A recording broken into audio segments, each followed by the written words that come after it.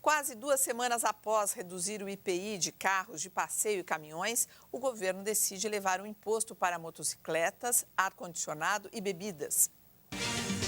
O IPI para motocicletas nacionais e importadas sobe de 20% para 35%. Essa alta não atinge as fábricas de motos da Zona Franca de Manaus, que tem regime diferenciado. O objetivo é compensar a perda de caixa com um imposto menor dos carros.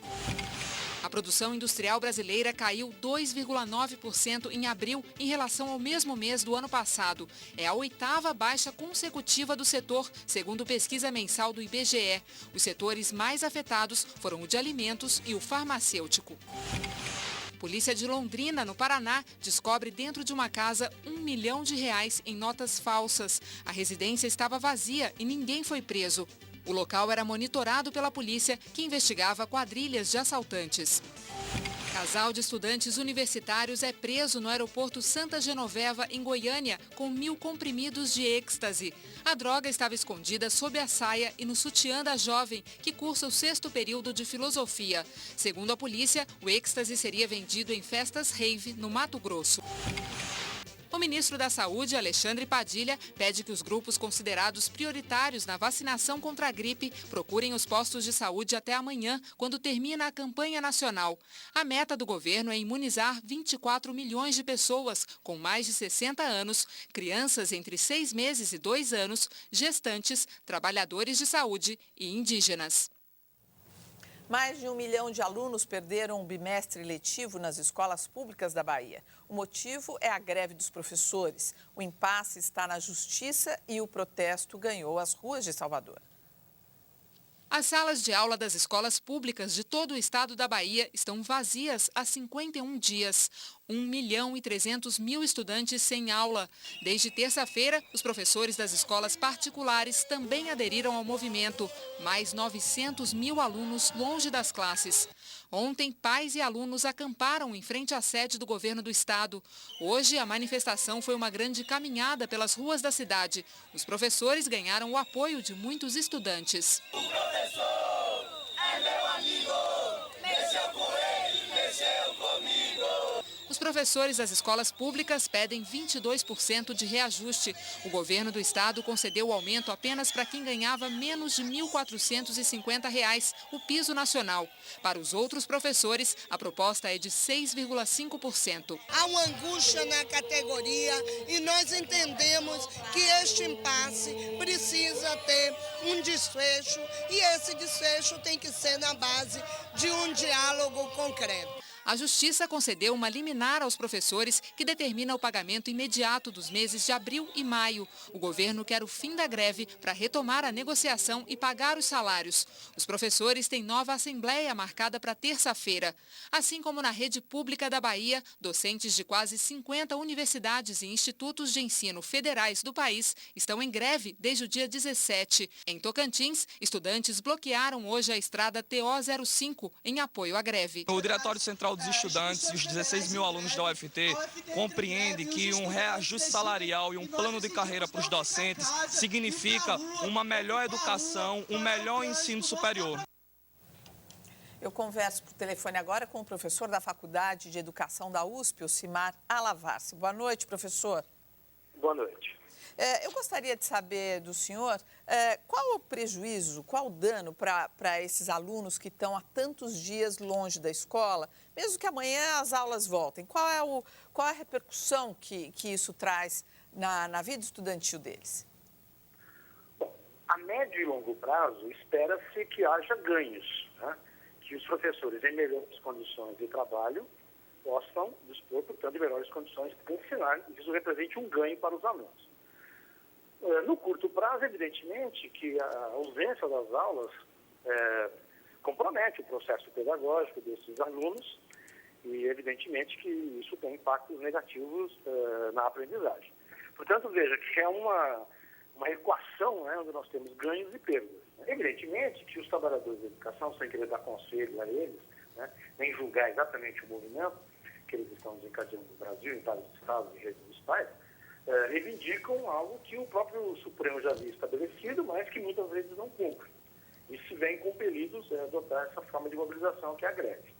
E como eu disse, de imediato, significa perdas para os alunos, mas que suponho, né, que a médio e longo prazo isso significa melhores condições, aliás, não só para esses professores, para também para os futuros professores, porque acho que é disso que se trata, ou seja, de consolidar efetivamente as melhores condições, né, de trabalho para os professores. Obrigada, professor Osimar, pela sua participação aqui no Jornal da Cultura. Os professores das universidades federais pedem plano de carreira, melhores condições de trabalho e piso mínimo de R$ 2.300. O Ministério da Educação informou que concedeu reajuste de 4%. As negociações sobre o plano de carreira estão no Ministério do Planejamento e devem ser implementadas no ano que vem. Já sobre a paralisação da Bahia, que a gente mostrou aí, o governo do estado pede o retorno imediato dos professores e informa que elabora um calendário de reposição de aulas. Esse impasse que a gente mostrou aí no caso da Bahia, são 51 dias sem aulas e tudo, isso pede novas formas de negociação, porque parece que os caminhos conhecidos são muito difíceis de chegar a um desfecho. Ou seja, as greves ficam super longas, muitos dias sem aula e tudo mais. Não há outro tipo de negociação, porque não há outra maneira de sensibilizar o poder público a esse respeito. Quer dizer, foi necessário a catástrofe de 51 dias sem aula para que, em algum momento, o poder público se sentisse constrangido a tomar algum tipo de decisão. Constrangido, mas não resolveu. Sim, mas agora, quer dizer, com o fato da imprensa está começando a noticiar, você vai ver que o processo de negociação vai ser um pouco mais rápido, certo? Eu insistiria em dois aspectos, que é, primeiro, essa greve é só uma entre mais uma série de greves que estão ocorrendo nesse ano, no final do ano passado, que demonstra muito claramente que existe uma necessidade brutal de repactuação salarial no Brasil. Você tem uma corrosão dos salários. Todas essas pessoas estão percebendo isso de maneira muito evidente. Certo? Por outro lado, no caso específico dos professores, é mais do que sabido que a profissão de professores está completamente desvalorizada devido a um salário que não condiz em nada o nível de responsabilidade que os professores têm. E é incrível, porque assim, aqui pelo menos no Jornal da Cultura, eu acho que no país, nas diversas frentes, aí todo mundo fala dos gargalos, que o país não decola, que o país não é competitivo e tal, que é a infraestrutura e a educação. Ontem mesmo a gente falou sobre isso aqui. E o que a gente vê são as universidades parando, as escolas não funcionando. Veja, é simples, o salário, mesmo o piso nacional do salário dos professores, algo em torno de R$ 1.500, é patético.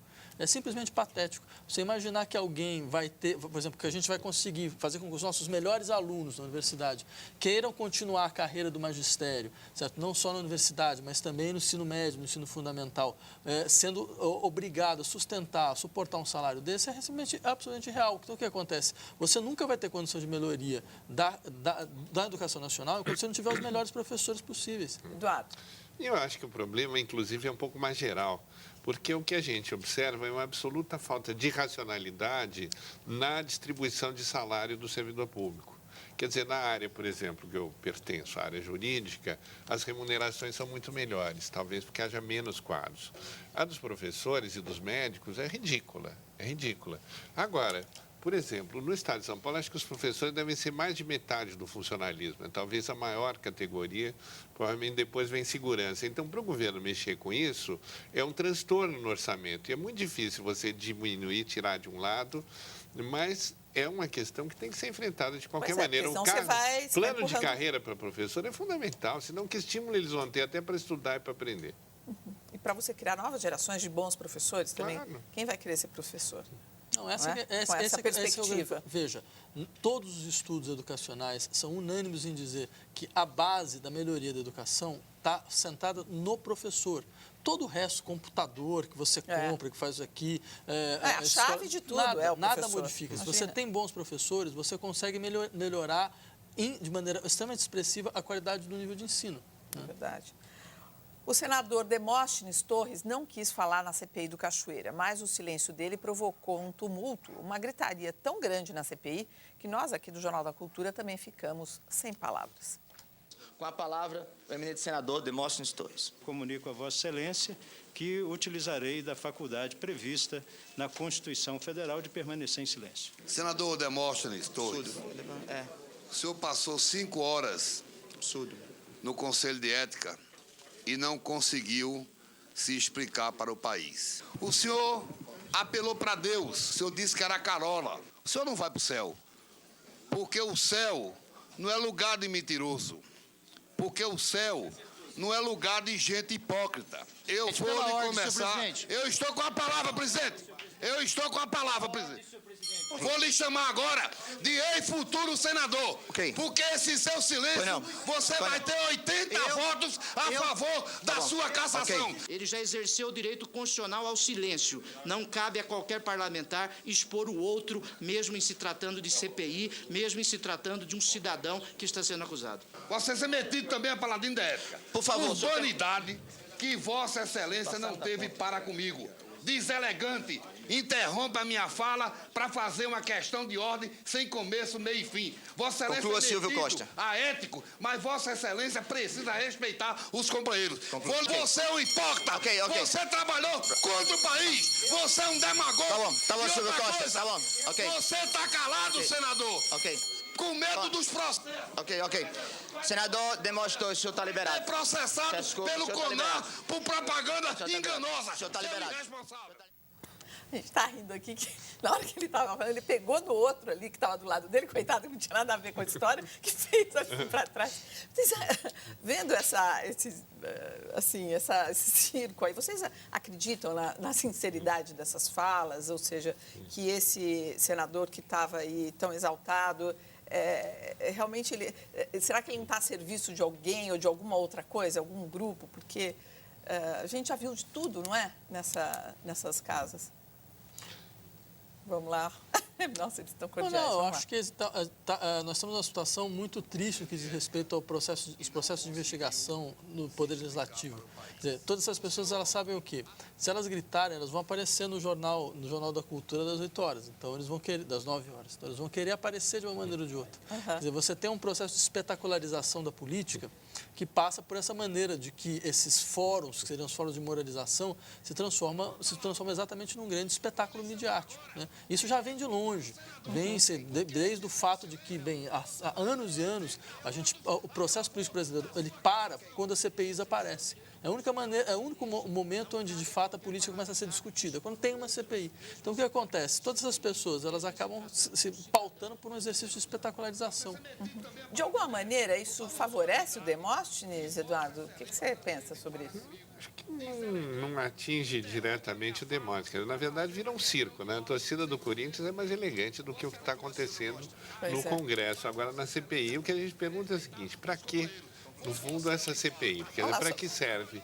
Se há uma investigação policial, se os fatos estão sendo levantados, se vai haver denúncia, se vai haver acusação, na verdade, consta que a CPI procura desviar foco de outras apurações, mas, enfim, a gente fica olhando isso e dizendo o que eles estão fazendo lá. Um não fala, o outro não pergunta e eles ficam fazendo essa discussão. Aquela coisa, né? Vocês acreditam em doentes? Não é? Só falta... A seguir, não. Agora a gente vai para a matéria sobre o Dia Mundial do Tabaco. 31 de maio é o Dia Mundial Sem Tabaco. Para muitos fumantes, hoje foi uma oportunidade, se não de parar, pelo menos de refletir sobre esse vício que mata milhões em todo o mundo. Diminuir o número de fumantes não é uma tarefa fácil. Apesar de todas as proibições e campanhas, estudos indicam que os dependentes do tabaco somam 20% da população mundial. E as consequências do vício são trágicas. A cada ano, 6 milhões de pessoas no mundo morrem por doenças relacionadas ao fumo. As mais comuns são as doenças cardiovasculares, como infarto, angina e derrame cerebral. As doenças pulmonares, como câncer de pulmão, enfisema e bronquite crônica, além de outros tumores, como os de garganta e de esôfago. Segundo o Ministério da Saúde, só no Brasil essas doenças matam cerca de 200 mil pessoas por ano. Isso equivale a 550 mortes por dia, 23 mortes por hora ou uma morte a cada 2 minutos e meio. Para tentar salvar essas vidas, profissionais de saúde foram para as ruas. Em São Paulo, estiveram no entreposto da CEAGESP e ofereceram a troca do cigarro por uma maçã. E no vão livre do Museu de Arte de São Paulo, os fumantes tiveram palestras, puderam fazer exame clínico, medir a quantidade de CO2 nos pulmões e ganharam a oportunidade de trocar o cigarro por flores. Outra pesquisa do Instituto Nacional do Câncer mostra que entre os fumantes brasileiros, a maior parcela está entre as famílias mais pobres, 21%, e de baixa instrução, 26%. Elas são prisioneiras de um vício que, além de fazer mal à saúde, ainda faz mal ao bolso. Um casal que fuma gasta por mês, segundo a pesquisa, cerca de R$ 128, ou R$ 1.500 por ano. Dinheiro que daria para comprar, com sobra, um aparelho de TV de 40 polegadas. O que eu gostaria só de destacar desse assunto é que a gente estava falando aqui sobre formação, escolaridade, de uma maneira geral, e essa pesquisa mostra que os menos escolarizados são os que mais hoje caem no conto, ou seja, eles se viciam e que têm mais dificuldade de deixar o vício. E isso, de novo, é muito cruel, quer dizer, que essa é uma fatia maior da população que é penalizada, no caso do tabaco. Exatamente. E, aliás, nessa área eu posso dizer que eu sou um exemplo. Por quê? Porque eu parei de fumar há 20 anos. Eu não sou um exemplo em muitas áreas, mas nessa eu me considero. Mas ainda vem aquela vontade, né? Não, agora parou. Eu ainda até recentemente sonhava que eu estava fumando e dizia, por que eu fui fazer isso? Pois é. Agora, você viu ali, são 2 pessoas, como é que é?